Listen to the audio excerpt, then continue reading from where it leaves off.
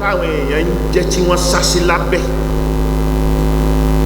náà ní wípé ahlus sunna wal jamaa salafiyya shia khawarij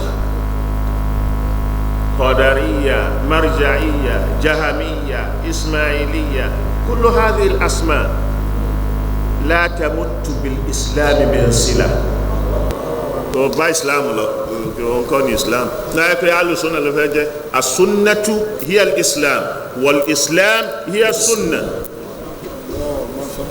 So ọ̀rọ̀ kan ni tí ó ṣe gé lára ara wọn ó lè gé islam kúrò lára sunna ó lè gé sunna kúrò lára islam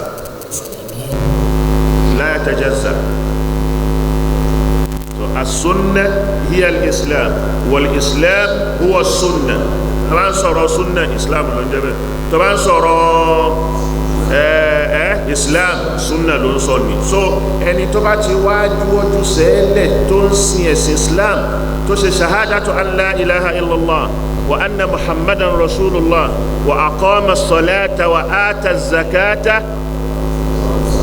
wa sama ramadan fa huwa muslimun fa huwa ala millati al-islam. ẹ̀dọ́ bá bẹ́ẹ̀ izan fahuwa sunniyun. So kìí ṣe sunna oní politics.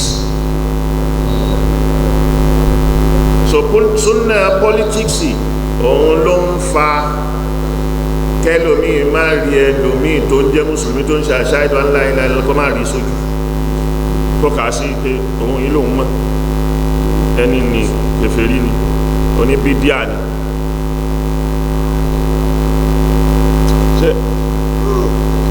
Láàrin ẹ má jẹ́ oní ẹ má pera ní pé ìwọ lálùsọ nígbà tó ti jẹ́ tó ti dá pé sunna ní islam. So mùsùlùmí ní ọ pera rẹ mùsùlùmí là nẹ́bí pé lọ́lọ́run pé wá